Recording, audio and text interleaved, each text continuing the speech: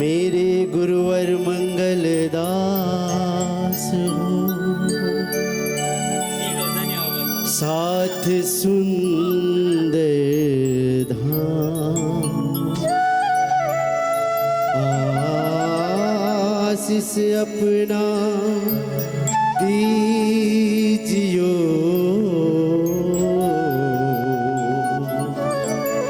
होवे पूरन काम।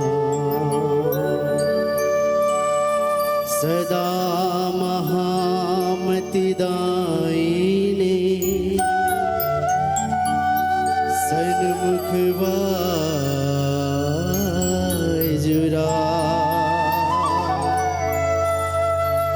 नाम लेत 36 साल को,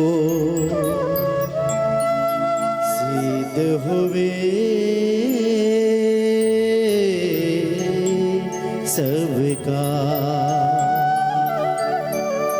नाम लेत 36 साल को, सिद्ध हुए सबका। बांके बिहारी लाल की जय। धर्मा को मर्मा न बुझे पनी, हरदम सुकर्मा करने करा।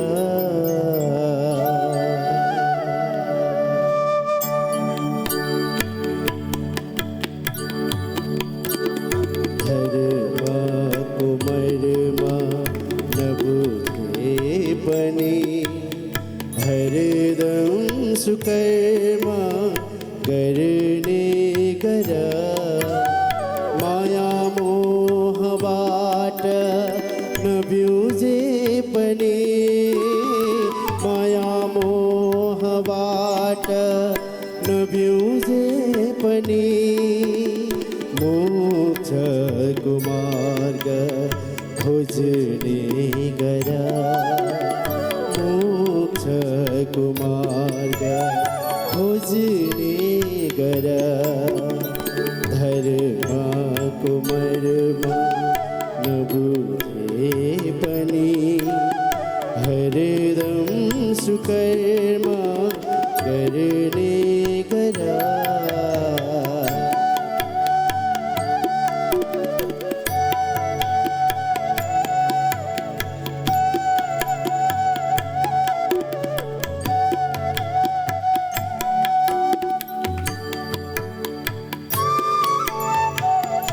जय हो।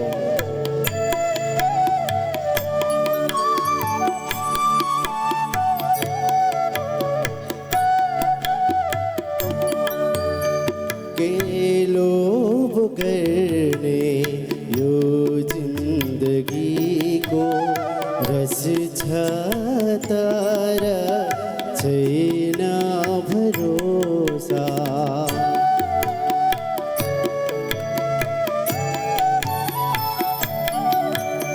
के लोभ करने यो जिंदगी को, रस छतारा छैना भरोसा।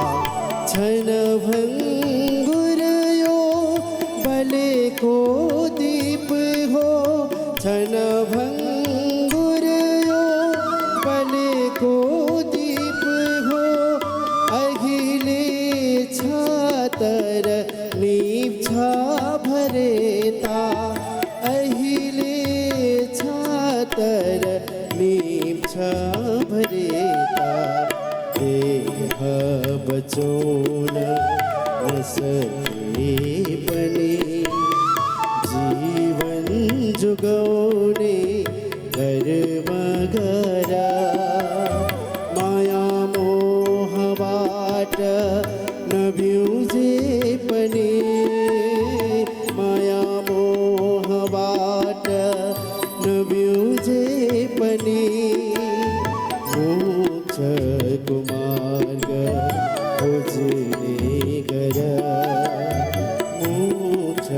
कुमार्ग भुजने गरा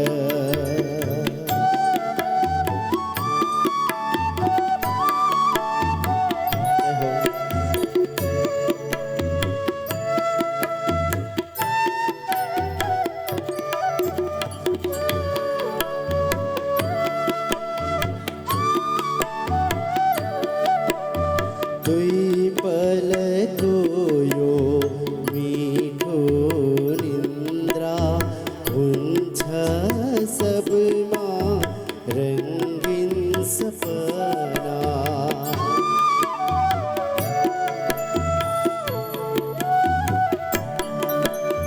दुई पलको यो मीठो निन्द्रा हुन्छ सबमा रंगीन सपना अझ रमाऊ भन्दा भन्दै अझ रमाऊ भन्दा भन्दै निमेषमै यहाँ आउँछ विपना निमेषमै यहाँ आउँछ विपना यो निन्द अमर नभए पनि सुनौलो बनाउने कर्म गर माया मोहबाट नबिउजे पनि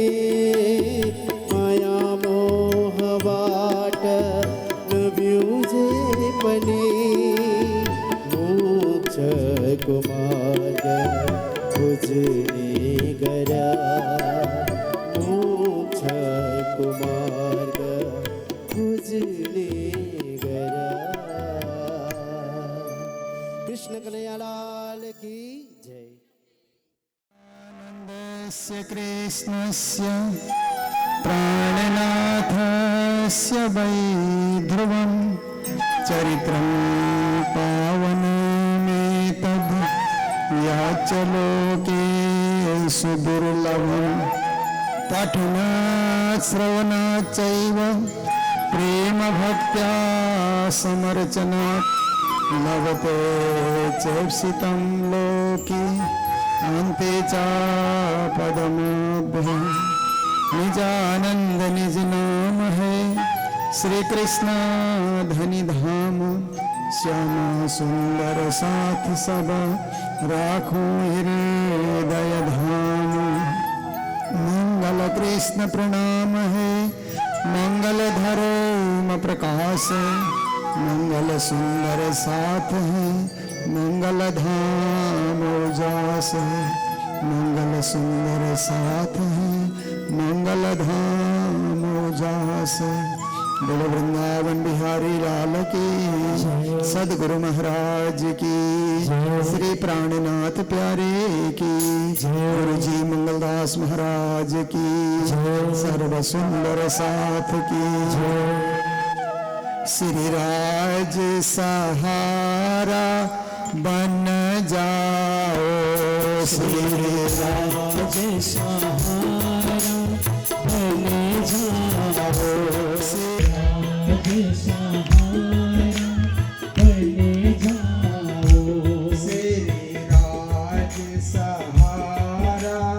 बन जाओ श्री राज सहारा बन जाओ मेरा और सहारा कोई नहीं तेरा और सहारा कोई नहीं मेरा और सहारा कोई नहीं मेरा और सहारा कोई नहीं धन्या कोई नहीं मेरा और सहारा कोई नहीं मेरा और सहारा कोई नहीं मेरा और सहारा कोई नहीं श्री राज राज सहारा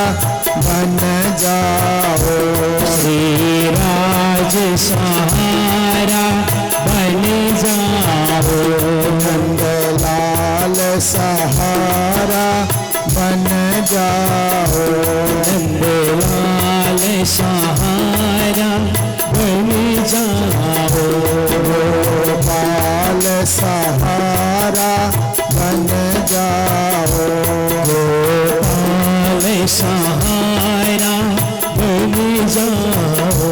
कृष्ण कन्हैया लाल की जय। आज का दिन श्री कृष्ण प्रणामी सत्संग भवन लोले के लिए एक बड़ा दिन है, क्योंकि आज के दिन संत गुरुजनों का आना और यहाँ उपस्थित रहना ये तो मायने रखता ही रखता है, परंतु हमारे अत्यंत निकट का जो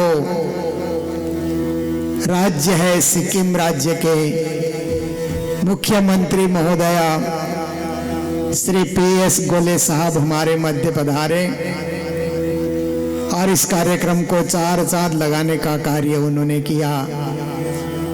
साथ में इस क्षेत्र के ही सांसद श्री राजू विष्ट जी भी पधारे, उन्होंने भी अपने संबोधन के द्वारा इस स्थान की महिमा गाई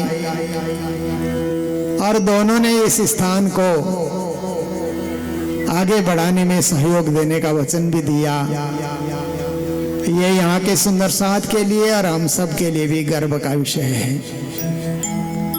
तो देखिए, हम लोग एक गांव में कार्यक्रम कर रहे हैं, परंतु आज मीडिया का युग है, सोशल मीडिया का युग है, तो ये हमारा कार्यक्रम पूरे देश में विदेश में YouTube के माध्यम से, Facebook के माध्यम से और मीडिया के माध्यम से लोगों के घर घर पहुंच चुका है।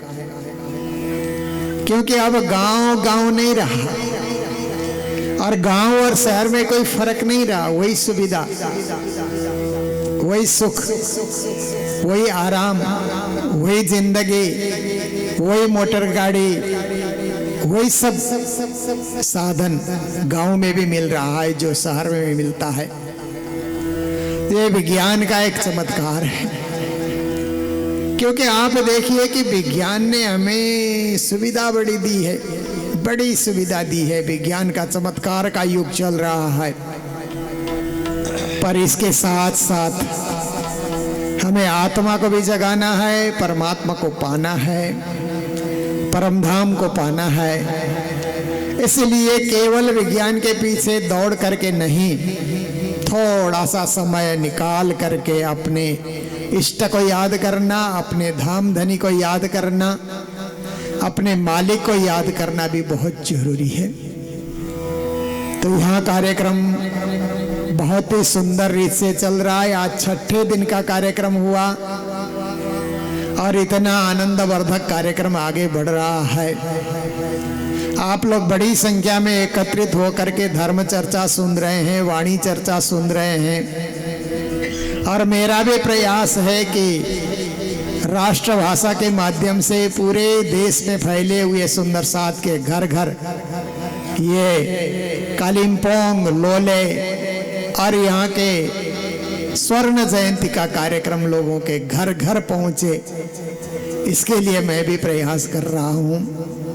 और हमारे अत्यंत सारगर्भित कथा सुनाने वाले सिक्किम से हमारे मध्य पधारे हुए श्री रोहित राज जी महाराज भागवत का सार, भागवत का रहस्य, जीवन का मूल्य, जीवन का अर्थ और जीवन को किस दिशा की ओर मोड़ना है, ये सारी बातें आपके समक्ष प्रस्तुत कर रहे हैं।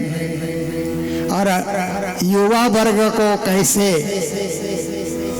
ड्रग्स से और व्यसनों से उनका दिमाग मोड़ करके भक्ति के तरफ, धर्म के तरफ, संस्कार के तरफ, संस्कृति के तरफ उनको लगाना है, ऐसी सुंदर सुंदर बातें सुना करके सबको प्रभावित कर रहे हैं। और हमारे सभी धर्म प्रचारक महानुभाव यहाँ पर उपस्थित हैं, माताएं उपस्थित हैं, और आप सब सुंदर साथ यहाँ पर बैठे हुए हैं। और हमारे बायजूराज संघ की माताएं जब एक ही ड्रेस में कोई कार्यक्रम में उपस्थित होती हैं तो कार्यक्रम और विशेष सज जाता है और विशेष सुंदर हो जाता है। आज भी उन्होंने आए हुए अतिथियों को पंक्तिबद्ध होकर के ऐसा स्वागत किया, एक बेजोड़ नमूना उन्होंने प्रस्तुत किया कि किस प्रकार प्रणामी परंपरा में एक स्वागत करने का विधान है। सिर झुका करके प्रणाम करते हुए, फूल की वर्षा करते हुए हम आगंतुकों का स्वागत करते हैं। तो देखिए श्री प्राणनाथ जी महाराज की वाणी, जो तारतम सागर तारतम वाणी कुलजम स्वरूप श्रीमुख वाणी स्वसम वेद आदि भिन्न भिन्न नामों से उस वाणी को जाना जाता है। इतने सारे नाम इसलिए कि वाणी बड़ी है। कोई भी बड़ा होता है तो उसको अनेक नामों से संबोधित किया जाता है, उपनामों से भी संबोधित किया जाता है, पदों से भी संबोधित किया जाता है, प्रतिष्ठा से भी संबोधित किया जाता है। ऐसे ही ये वाणी भी एक प्रतिष्ठित वाणी है, इसलिए भिन्न भिन्न नामों से संबोधन करने पर भी वाणी वही है जो श्री प्राणनाथ जी महाराज के मुखारबिंद से प्रस्फुटित हुई। तो वाणी में एक ग्रंथ का नाम है श्रृंगार। श्रृंगार देखिए, जीवन में कुछ श्रृंगार होना ही चाहिए। ऐसे तो सादा रहना अच्छा लगता है, सतगुणी रहना अच्छा लगता है, पर परम धाम में भी सात्विकी सखी, सतगुणी सखी, रजोगुणी सखी, तमोगुणी सखी, 3 प्रकार की सखियां हैं। क्यों है? एकदम सादा सादा सादा सादा सादा रहेगा तो उसमें वो आनंद नहीं आएगा। जो रंगीन, जैसे आप देखिए सादा फूल को आप देखिए, बिल्कुल सफेद है, फूल खिला हुआ है, और दूसरा फूल ऐसा है कि रंगीन है, उसमें रंग है, उसमें रस है, उसमें सुगंधी है, तो उसकी और महिमा बढ़ जाती है। इसलिए परमधाम में 3 प्रकार की सखियों का विधान किया गया। एक सादा सीधा ढंग से चलने वाली सखियां जो राज्य की सेवा में, राज्य के भोग व्यंजन बनाने में सदा लगी रहती हैं, और दूसरा ऐसा वर्ग है जो रजोगुणी सखियां हैं, राजसी सखियां हैं। वे क्या है? राज्य को नाच गान दिखाना और प्रेमाधिक्य भाव में अलमस्त रहना, ये राजसी सखियों का भाव है। फिर तामसी सखियां हैं तो गुस्सा करने वाली नहीं है, क्योंकि संसार में तमोगुण जो है ना वो तो गुस्सा दिलाता है ना। बहुत सारे लोगों में तमोगुण होता है तो बात बात पे गुस्सा कर जाते हैं ना, समझदारी की कमी होती है। पर परम धाम का तमोगुण क्या होता है कि वो तमोगुण भी प्रेमाधिक्य भाव ही है। उनको राज्य के अतिरिक्त कुछ दिखता ही नहीं, कुछ समझ आता ही नहीं, हर जगह राज्य राज्य ऐसा वो अनुभव करते हैं। और खाते पीते उठते बैठते सोवत सुपन जागृत दम न छोड़े मासुक का जाके असल हक निसवत्ता। देखिए उन सखियों का जीवन कैसे होता है। तो कहते हैं कि भोजन की थाली आ जाए तो भी राज को याद करना। हम भी ऐसा ही करें, परमात्मा को याद करके भोजन करें। परमात्मा को याद करने में कोई घंटा 2 घंटा नहीं लगता, 1 सेकंड में भी हो जाता है। 1 सेकंड में आप राजश्यामा कहिए और भोजन शुरू कीजिए, भोग लग गया।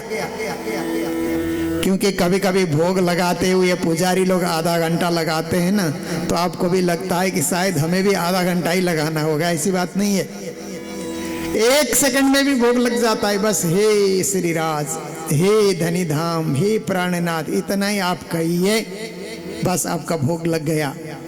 तो खाते हुए भी उनको याद करना, और पीते हुए भी जल का प्याला आ जाए तो भी राजश्यामा कहा करके पीना। इसके लिए अभ्यास की बहुत जरूरत होती है। 1 दिन में नहीं होगा, 1 साल में भी नहीं होता है, जीवन लगाना पड़ता है। ये ऐसा अभ्यास है कि आज भी याद करो, कल भी याद करो, कभी भूल गए तो उसके लिए पछताओ, क्योंकि पछताने से दोबारा भूल नहीं होती है। तो ऐसे करके जल का प्याला आ जाए तो भी, हे धनी आपने जल जगत में जल दिया इसलिए तो हम पीते हैं। कितनी आपकी कृपा है कि जहां जाते हैं वहां जल आपने उत्पन्न कर दिया है।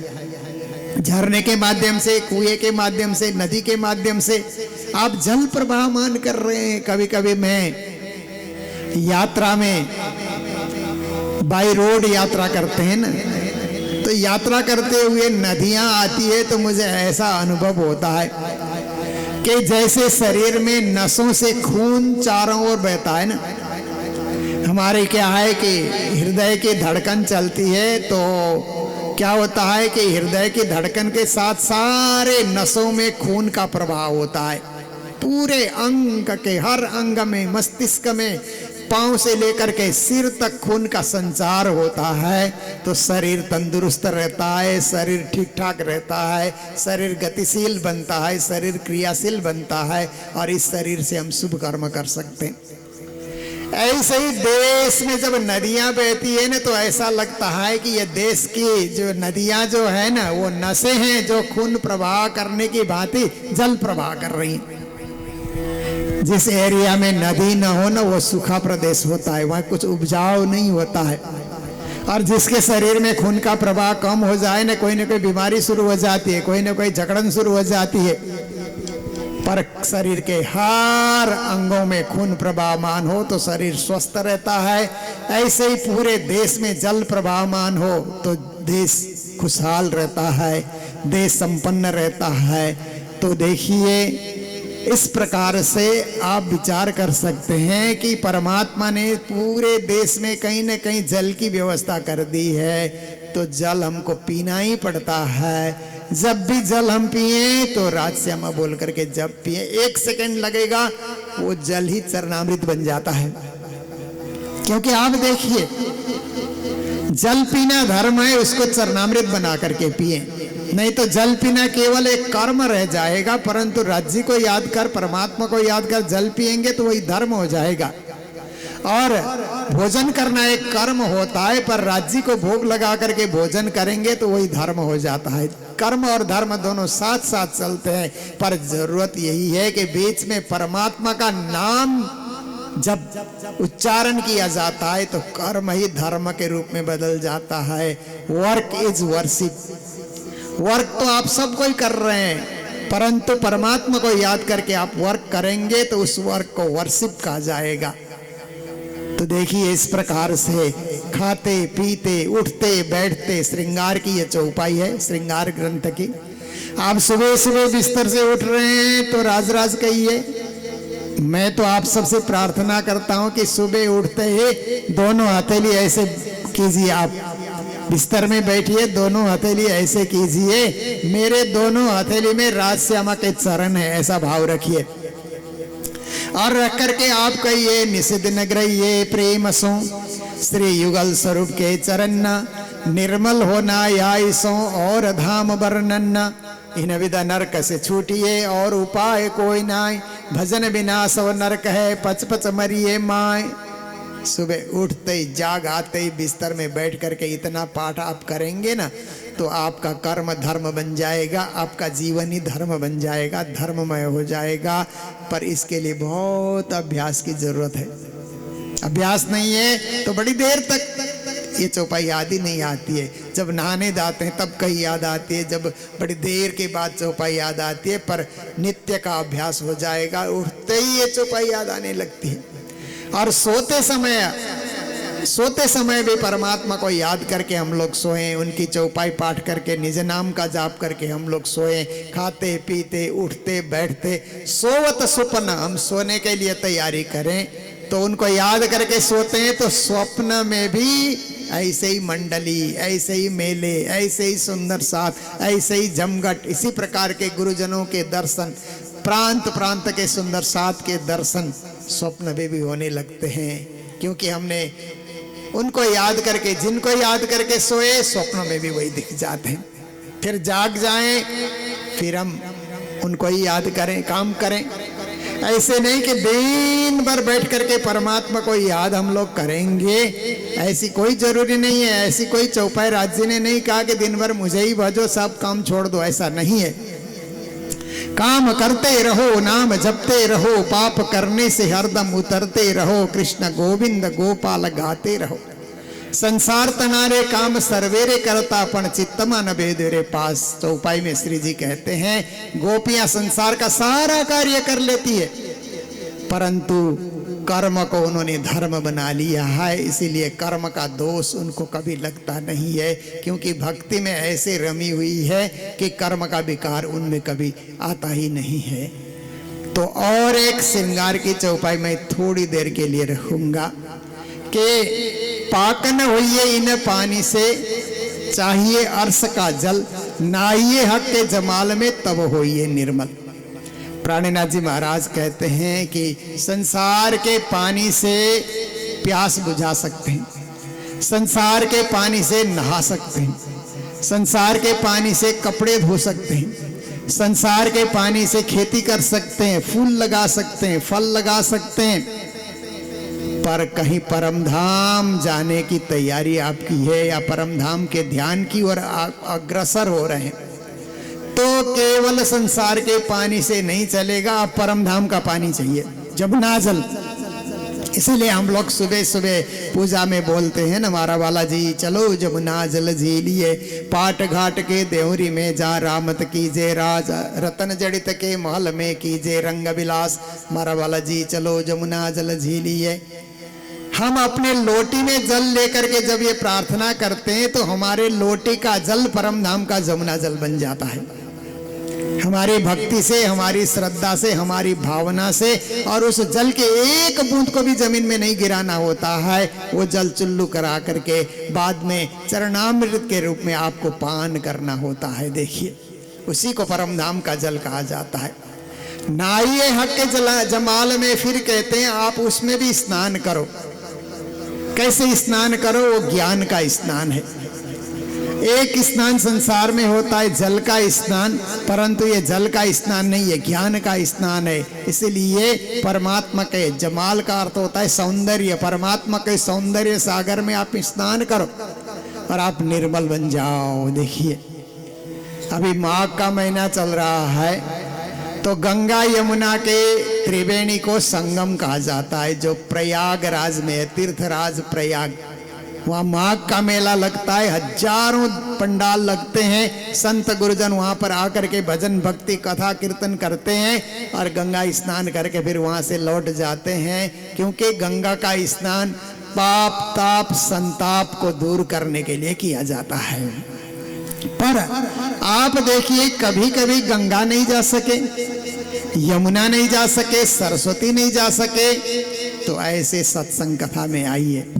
जहाँ भागवत की कथा हो रही है तो गंगा स्नान हो जाएगा, तारतम्यवाणी की चर्चा हो रही है तो यमुना स्नान हो जाएगा, और जहाँ संगीत के माध्यम से आप लोगों को जो आनंद दिया जा रहा है वो सरस्वती स्नान का आपको अनुभव होगा। तो सत्संग में गंगा यमुना सरस्वती त्रिवेणी में स्नान करने का आपको लाभ मिलेगा, फायदा होगा। हम वो त्रिवेणी जा सके न जा सके, पर इस त्रिवेणी में हम बैठ करके अपने जीवन को पावन और पवित्र बना सकते हैं। तो श्री प्राणनाथ जी महाराज ने श्रृंगार, ग्रंथ का नाम श्रृंगार है, पर उसमें श्री राज्य के अंग अंग का उन्होंने वर्णन किया है। चरण से वर्णन करना प्रारंभ किया, सिर पर्यंत मुखमंडल का वर्णन, राज्य के हस्तकमल का वर्णन और राज्य के नासिका का वर्णन, राज्य के जिह्वा का वर्णन। आप देखिए, ऐसे अंग अंग का उन्होंने वर्णन किया है, जो दिव्य है, चैतन्य स्वरूप है, सच्चिदानंद स्वरूप है। ऐसे परमात्मा का दिव्य स्वरूप का उन्होंने वर्णन किया ताकि हम उनका ध्यान कर सकें। देखिए, शून्य का ध्यान आप दिन भर करेंगे तो भी आपको शून्य ही मिलेगा, क्योंकि जीरो में 1000 जीरो लगा दीजिए फिर भी उसका रिजल्ट जीरो ही होता है। जीरो एक कभी नहीं बन सकता है। आपने कहीं ऐसा हिसाब नहीं सुना होगा कि जीरो से कहीं एक बनता है, जीरो जीरो ही रहेगा। शून्य का ध्यान जितना आप करो फिर भी शून्य में ही आप रहोगे, शून्य से एक कदम आप आगे नहीं बढ़ पाओगे। तो आपको जाना कहाँ है? कभी कभी श्वास का ध्यान कराया जाता है, जब तक श्वास रहेगा तब तक तो ध्यान करेंगे, श्वास निकल जाएगा तो कहाँ से ध्यान करेंगे फिर। और फिर कभी कभी ज्योति का ध्यान कराया जाता है, परंतु ज्योति जो है आप अपने मस्तिष्क में ज्योति का ध्यान करते हैं, पर एक दिन ऐसा आ जाएगा कि मस्तिष्क ही निष्क्रिय हो जाए तो कहाँ बैठ करके ध्यान करेंगे। इसीलिए आत्मा तत्व को पहचानना और आत्मा तत्व के द्वारा सतचिद आनंद स्वरूप परब्रह्म परमात्मा का ध्यान करना है, जुगल स्वरूप का ध्यान करना है। तो श्री राज श्री ठकुरानी जी प्रथम भोग में विराजमान भय, ता कंचन रंग को सिंहासन तिनके 6 पाए 6 डाणे, एक एक डाणे में 10-10 रंग जबरों की झलकत है। ये जो सुबह प्रार्थना हम लोग करते हैं, स्तुति हम लोग गाते हैं, उस समय परम धाम का मूल मिलावे का ध्यान करें। और शाम की वेला में स्वरूप सुंदर सनकुल सकोमल रो देख नैना खोल नूर जमाल फेर फेर भे बुवज आवत हृदय किया किन्ने तेरा कोल फैले हाल, शाम के समय में हम ध्यान कर सकते हैं। तो श्रृंगार में सचिदानंद स्वरूप पर ब्रह्म परमात्मा का ध्यान करने के लिए सुंदर सुंदर चौपाइयों के द्वारा राज्य के श्रृंगार, राज्य के स्वरूप की व्याख्या की गई है, जो संक्षिप्त में मैंने आपके समक्ष रखने के लिए प्रयास किया। क्योंकि आज प्रातः काल का जो मंच लगा हुआ था वो हमारे विशिष्ट अतिथियों के लिए मंच लगा हुआ था, और वहाँ जो बातें हुई वो एक सार्वजनिक बात हमने की है जो सबको काम आए, इस ढंग से चर्चा हुई है। और अभी जो नित्य नियम से हम लोग वाणी के एक एक ग्रंथ का सारांश सुन रहे हैं, तो आज श्रृंगार ग्रंथ का सारांश आपके समक्ष रखा। कल ये हमारे 51 पारायण की भी पूर्णावति होगी। कल प्रातः आप देखिए 10 से लेकर के 11 बजे के बीच में हम लोग 51 पारायण के पूर्णावति करेंगे। इसलिए पारायण पढ़ने वाले ब्रह्म मुनियों से आग्रह है कि सब ग्रंथों का पाठ पूरा करें। क़यामतनामा में 2 प्रकरण छोड़ करके बाकी सारी चौपाइयाँ आज आप पढ़ करके पूरा करें, ताकि सुबह 10 से 11 बजे हम लोग 51 पारायण की पूर्णावति कर सकें। 11 से लेकर के हम लोग 2 बजे तक इस बीच में हम लोग किसी को सम्मान करना बाकी रहा है, दान दाताओं का सम्मान बाकी रहा है, तो वो कार्यक्रम भी हम लोग यहाँ पर करेंगे। हमारे स्वयं सेवकों का भी सम्मान करेंगे। और वाणी चर्चा में जो सिंधी मार्फत क़यामत 3 ग्रंथ बचे हैं, उनका भी सारांश आपके समक्ष रखा जाएगा। और उसके बाद श्रीमद् भागवत में जो कृष्ण कथा है, उत्तरार्ध लीला है, ये कथा भी आपके समक्ष रखी जाएगी। कल 2 बजे तक सारा कार्यक्रम हम लोग कथा का कार्यक्रम पूर्ण करने की तैयारी हम लोग कर रहे हैं। इसी सोच में हम लोग लगे हुए हैं, ताकि समय से सबको अपने अपने घरों में लौटने का मौका मिले। तो ये कार्यक्रम बहुत सुखदायी, आनंददायी, और ऐसा लगता है कि और 7 दिन चले। ऐसा नहीं लगता कि हमने 7 दिन जो है मुश्किल से काटा, ऐसा नहीं लगता। इतना आनंद से कटा क्योंकि भंडारा पूरा दिन चलता रहा। सुबह 7 बजे से लेकर के रात को 9 बजे तक कंटिन्यू भंडारा हमारा चलता रहा, और यह कार्यक्रम भी कंटिन्यू हम लोग चला रहे हैं। आप लोग इसके सहभागी बने हैं, तो ये आनंद का विषय है। फिर कोई स्थान में फिर करेंगे, और 1 साल के बाद उस तरफ जो है ना, पाला कहते हैं ना, लोले पाला, ये सामने गांव जिसको हम छोड़ करके आए, जहां हमारे ब्रह्म मुनियों को ठहराया है, उस गांव में भी सत्संग भवन है। और वहाँ दुलाल परिवार की ओर से 1 साल के बाद वहाँ भी श्रीमद् भागवत कथा और वाणी चर्चा रखी गई है। ये आनंद फिर लौट करके आपके गांव में आ रहा है। तो आप लोग ऐसा न सोचें, निराश न हो, आप लोग आशावादी बन करके आप लोग रहें कि नेक्स्ट ईयर भी इसी तरह आप सबको सुनने का मौका मिलेगा। आनंदवर्धक कार्यक्रम वहाँ पर भी हम लोग मनाएंगे, धूमधाम से मनाएंगे। मैं दुलाल परिवार को भी बहुत बधाई देता हूँ। और यहाँ जो मंदिर के इस कमेटी के कार्यकर्ता हैं, जिनके जो है स्वप्न को राज्य ने पूरा किया, जिनका ड्रीम प्रोजेक्ट जो था वो राज्य ने पूर्ण कर दिया है। तो अगले साल तक ये मंदिर सत्संग भवन का ऊपर जो है, ऊपर जो ट्रस्ट करके शेड लगाना है, टीन शेड लगाना है, और ऊपर भी हॉल बनाना है, कुछ कमरे भी ऊपर बनेंगे। ये कार्य भी सहज गति से पूर्ण होगा। हमें हमारे अतिथियों ने आश्वासन दिया है कि यह कार्य किया जाएगा। तो नेक्स्ट ईयर उसका भी हम लोग ओपनिंग करेंगे और आगे जाकर के पाला में जो कार्यक्रम होगा उसका भी आनंद पूर्ण रूप से लेंगे। यही जानकारी आप सबके बीच रखते हुए अभी की वाणी चर्चा को हम विराम दे रहे हैं। तो कृष्ण कन्हैया लाल के जय। सतगुरु महाराज के जय। प्राणनाथ प्यारे की जय। आज के आनंद की जय।